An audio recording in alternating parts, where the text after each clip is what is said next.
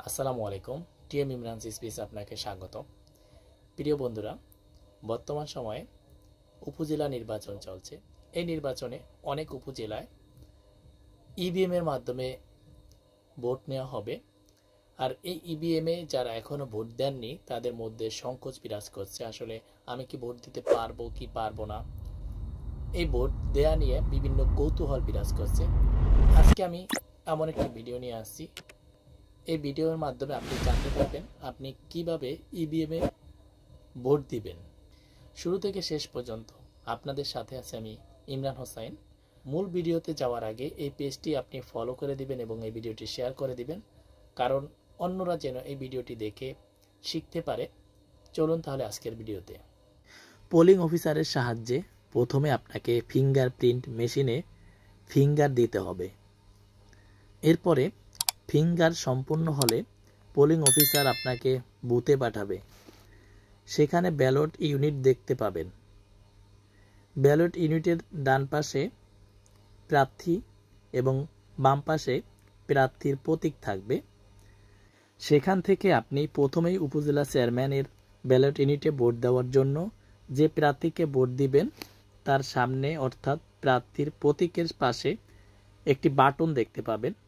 Vote দেওয়ার জন্য আপনাকে সেই বাটনে চাপ দিতে হবে। এরপর ভোট নিশ্চিত করার জন্য আপনাকে নিচে সবুজ কনফার্ম বাটনে ক্লিক করতে হবে। আপনি সবুজ বাটনে ক্লিক করলেই আপনার ভোটটি সম্পূর্ণ হবে।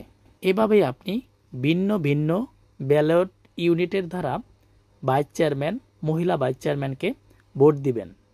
আপনি যদি ভুলক্রমে আপনার নিজের প্রার্থী ছাড়া অন্য প্রার্থীকে ভোট দিয়ে দেন তাহলে সংশোধনের উপায় আছে।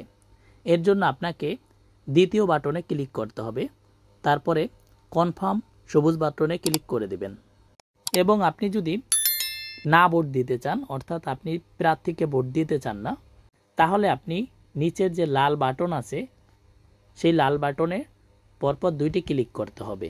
এভাবে আপনি আপনার মূল্যবান ভোটটি খুব সহজেই ব্যালট ইউনিটের মাধ্যমে দিতে পারেন। ব্যালট পেপার থেকে ব্যালট ইউনিট অর্থাৎ ইভিএমের মাধ্যমে ভোট দেওয়া অনেক সহজ। এটি আপনি আপনার পরিচিত যারা আছে তাদের বুঝাবেন। আসলেই এই প্রক্রিয়াটি অনেক সহজ।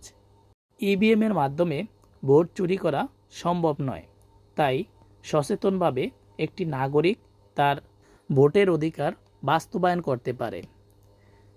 এই ভিডিওটি ভালো লাগলে অবশ্যই পেজটি ফলো করে দিবেন এবং এই ভিডিওটি শেয়ার করে দিবেন, যেন অন্যরা এই ভিডিওটি দেখে শিখতে পারে এবং উপকৃত হতে পারে এবং তাদের ভয়ভীতি দূর হতে পারে। সবাইকে ধন্যবাদ। ভালো থাকবেন। আসসালামু আলাইকুম।